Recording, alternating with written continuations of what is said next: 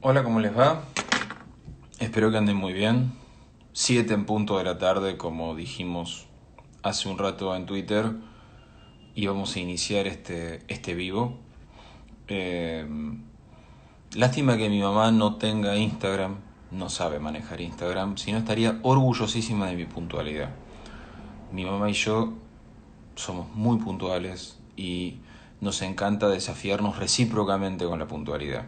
Eh, si yo la tengo que ir a buscar y le digo a las 5 de la tarde, ama que llegue exactamente a las 5, ni un minuto antes ni un minuto después. Somos así de aventurero, mi mamá y yo. Bueno, ¿por qué lo hacemos a las 7 de la tarde? Lo comenté la semana pasada, porque hemos sido totalmente derrotados por el otoño. Entonces esta lectura de Instagram 5 y pico de la tarde era como demasiado temprano. Y entonces bueno, ponemos este horario de las 7 mientras seguimos esperando que en algún momento esta cuarentena nos abandone. Pero como por el momento no nos abandona, eh, haremos una lectura que espero que ustedes disfruten. Hoy decidí volver a leer, porque ya leí una vez, me parece, a Osvaldo Soriano. Es uno de los autores argentinos que a mí más me gustan.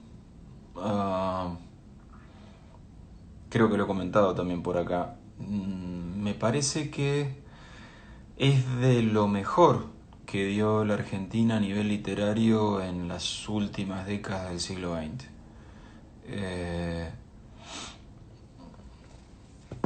Algunas de las novelas argentinas que más me gustan son de Osvaldo Soriano.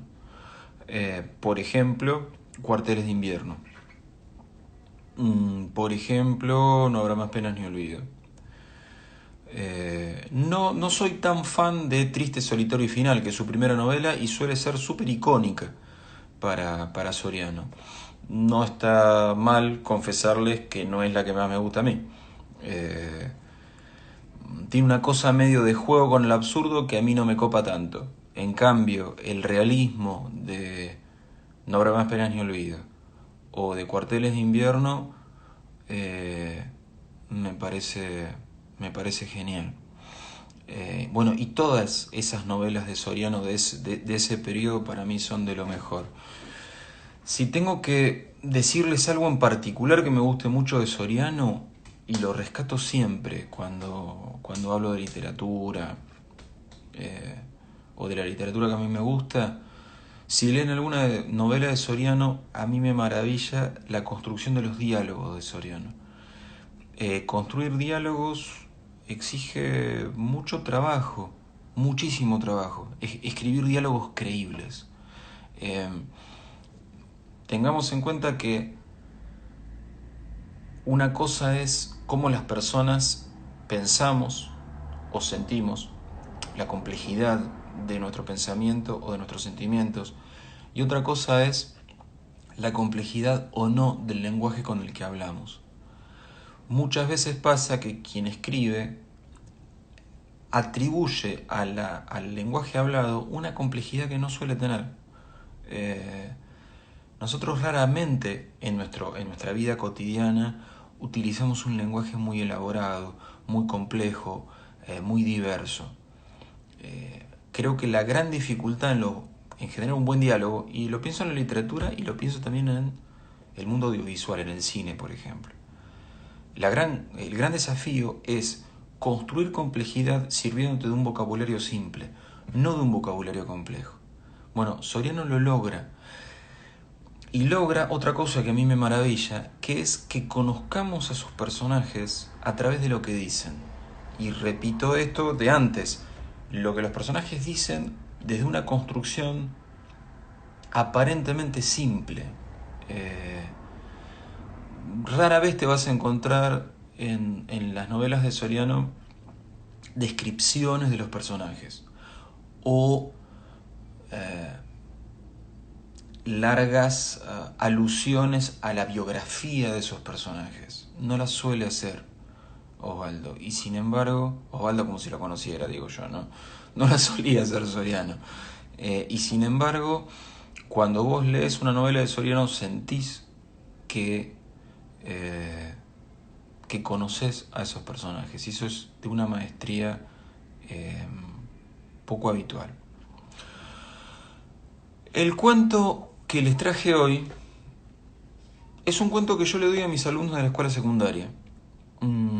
Yo doy clases en quinto año, historia de quinto año en provincia de Buenos Aires, lo que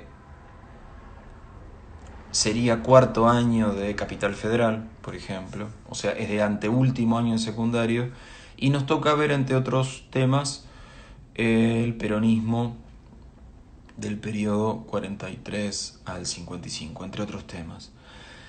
Y este año les di, por ejemplo, a los chicos para que hicieran un trabajo sobre este cuento que presenta un montón de aristas como para entrarle a las cuestiones culturales del peronismo de esa época. El cuento se llama Aquel peronismo de juguete.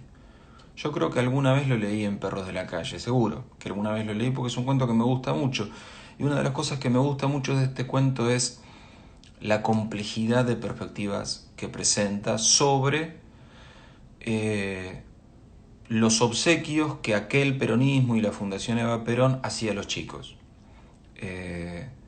Y me gusta la complejidad porque es totalmente diferente la perspectiva del narrador, un chico que recibe regalos de la Fundación Eva Perón, con respecto a la perspectiva de su padre, que es un funcionario que no es peronista, un funcionario de obras sanitarias que no es peronista y detesta el peronismo y detesta esas acciones del peronismo que juzga demagógicas y a su manera totalitarias. Lo que me gusta del cuento es que te parás donde querés a leerlo y a analizar esa situación, que es como a mí me gusta en general analizar la realidad, parándome donde quiero y permitiendo también que los demás se paren donde quieran, aunque esos lugares que elijan para pararse sean diferentes al mío. Se trate de interlocutores en Instagram, o se trate de mis alumnos, o se trate de quien se trate. Así que, si me acompañan, vamos a compartir de Osvaldo Soriano y de su maravilloso Cuentos de los Años Felices, Aquel peronismo de juguete. Cuando yo era chico, Perón era nuestro rey mago. El 6 de enero bastaba con ir al correo para que nos dieran un oso de felpa, una pelota o una muñeca para las chicas. Para mi padre, eso era una vergüenza. Hacer la cola delante de una ventanilla que decía Perón cumple, Evita dignifica, era confesarse pobre y peronista. Y mi padre, que era empleado público y no tenía la tosudez de Bartleby, el escribiente, odiaba a Perón y a su régimen como se aborrecen las peras en compota o ciertos pecados tardíos. Estar en la fila agitaba el corazón. ¿Quedaría todavía una pelota de fútbol cuando llegáramos a la ventanilla? ¿O tendríamos que contentarnos con un camión de lata, acaso con la miniatura del coche de Fangio? Mirábamos con envidia a los chicos que se iban con una caja de los soldaditos de plomo del general San Martín. ¿Se llevaban eso porque yo no había otra cosa o porque les gustaba jugar a la guerra? Yo rogaba por una pelota, de aquellas de tiento, que tenían cualquier forma menos redonda. En aquella tarde de 1950 no pude tenerla. Creo que me dieron una lancha alcohol que yo ponía a navegar en un hueco lleno de agua abajo de un limonero. Tenía que hacer olas con las manos para que avanzara. La caldera funcionó solo un par de veces, pero todavía me queda la nostalgia de aquel chuf, chuf, chuf, que parecía un ruido de verdad, mientras yo soñaba con islas perdidas y amigos y novias de 17 años. Recuerdo que esa era la edad que entonces tenían para mí las personas grandes. Rara vez la lancha llegaba hasta la otra orilla. Tenía que robarle la caja de fósforos a mi madre para prender una y otra vez el alcohol, y Juana y yo, que íbamos a bordo, enfrentábamos tiburones, alimañas y piratas emboscados en el Amazonas, pero mi lancha peronista era como esos petardos de Año Nuevo que se quemaban sin explotar. El general nos envolvía con su voz de mago lejano. Yo vivía a 1000 kilómetros de Buenos Aires y la radio de onda corta traía su